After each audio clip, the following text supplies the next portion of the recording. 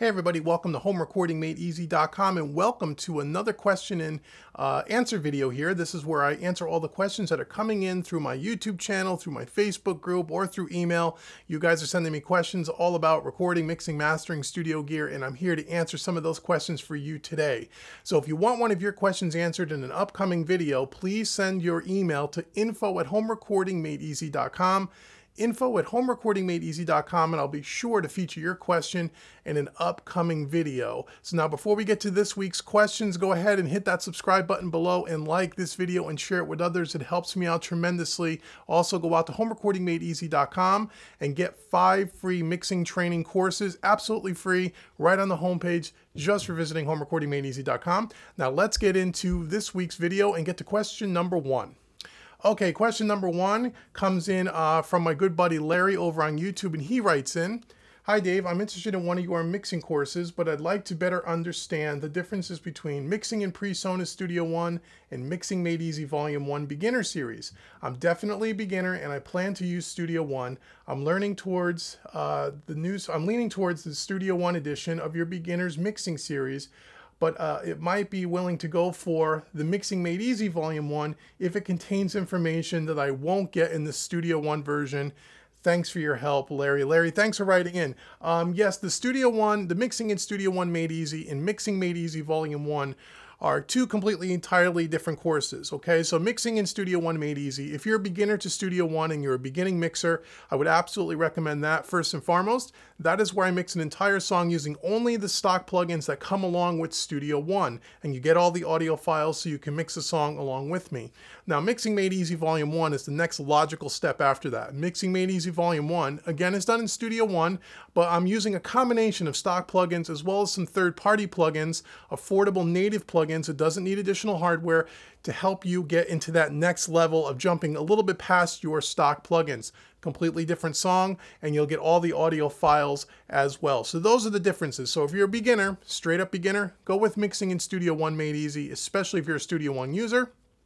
Once you've completed that, then go into Mixing Made Easy Volume 1. Yes, some of the concepts and techniques are certainly going to overlap a little bit, but they're different enough, and that's why I created 2 separate courses. So I hope that answers your question, Larry. And again, thanks for writing in. Now let's head on to question number 2. Okay, question number 2 comes in from Kevin, and Kevin writes in, "Good morning, David. This past weekend I was going to record a song. I searched the internet for a drum track and found a stereo drum track to The Boys Are Back in Town. So because I have Studio One Artist version, I imported the file as a WAV file. The problem is I plugged in my Les Paul to adjust my recording levels, and they were way off scale. I even set the level to 0. I was able to lay down a track and it didn't clip, but do you have any ideas to what may be causing this? Was this a false reading in Studio One? Thanks for your ideas." Well, Kevin, thanks for writing in. So the first question I have is, are you plugging your Les Paul into an audio interface? You don't state that here. Sometimes people will make the mistake is they'll plug their guitar directly into their computer sound card and then pull up some kind of like a plug-in like Ampire in Studio One, like a guitar amp sim. So if you're doing that, you don't want to do that. You want to make sure you're using an audio interface first and foremost. If you're using an audio interface and you have the input turned all the way down and you're still getting a hot level, depending if you're using a guitar amp simulation plugin like Ampire, make sure that that amp that you're using, whatever amp you chose as your model, that you have the input gain turned down a bit as well, and check your levels that way. So I need a little bit more information, but you should be able to, on your interface, you should be able to get that level down to a reasonable level, and you want to be recording somewhere around -10, -12 dB. So if that doesn't answer your question, you got to send me a little bit more information, Kevin. But if you're plugging directly into your computer and bypassing an audio interface altogether, that would be the first thing I would do, is go out and get yourself an audio interface. You don't need anything expensive. You can get something like the PreSonus Audio Box USB for I think $99, give you a couple inputs, and you should be well on your way. Now, if you're not plugging into the computer or through an interface and using an amp simulator, but you are using a real guitar amp with a guitar mic on a cabinet, that could be another one of your issues too. You got those levels coming into the microphone too hot. So I need a little bit more information, but hopefully a few of those ideas will at least point you in the right direction. And you can always send in another question and I'll help you even further, Kevin. So thanks for writing in and I hope that helped. And now we're going to get on to the last question for this week's episode, question number 3. Okay, last question comes in from Todd on Facebook. And Todd writes in, David, there is actually something you might be able to help with. I received a notification from PreSonus that they're having a sale on Waves plugins for Studio One. Are there any Waves plugins that you feel would be essential or highly recommended for the beginner in Studio One? I figure there will be more plugin sales opportunities from PreSonus in the future, but I thought I would check with you to see if there's anything that you feel would be beneficial for me to look at getting started. Thanks, Todd. Well, Todd, thanks for writing in. So, yeah, PreSonus is now working with Waves and doing some special deals on different plugins. You need to go to the PreSonus website to learn about all the details. I'm sure it's going to change over time. So, as of the recording of this video, I'm not even sure what the deals are specifically, but I'm sure they're going to be running all kinds of promotions.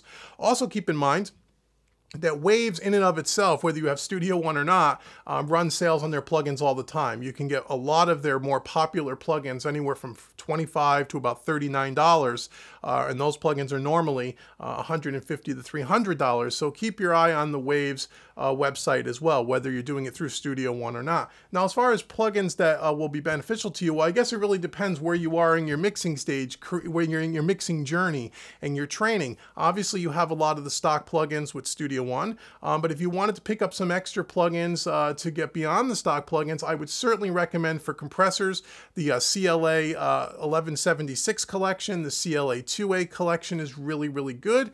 I would also recommend the Jack Joseph Puig Fairchild collection, which I believe is called the Puig Child. Those are great plugins as well. You may also want to check out a couple of the Abbey Road plugins if you want kind of that 60s sound with the red console. Some of the channel strips are really, really good.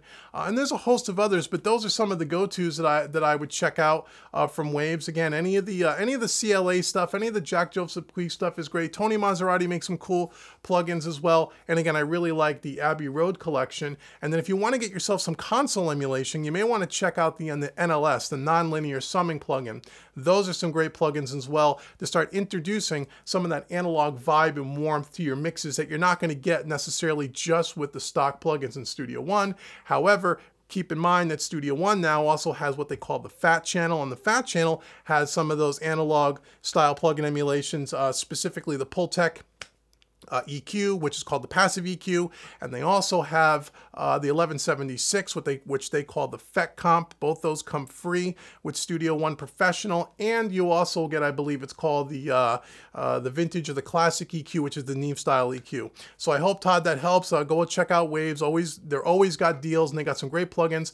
And I also have tons of reviews on the Waves plugins on my YouTube channel, so go search the archives and check those out. You get a chance to hear what they sound like. So I hope that was helpful. Thanks for writing in. If you have any other questions, hit me up again and I'll be sure to help you in any way I can. So that is it for this week's episode of Questions and Coffee with David. Thanks so much for writing in. Once again, if you want one of your questions answered, hit me up at info@homerecordingmadeeasy.com.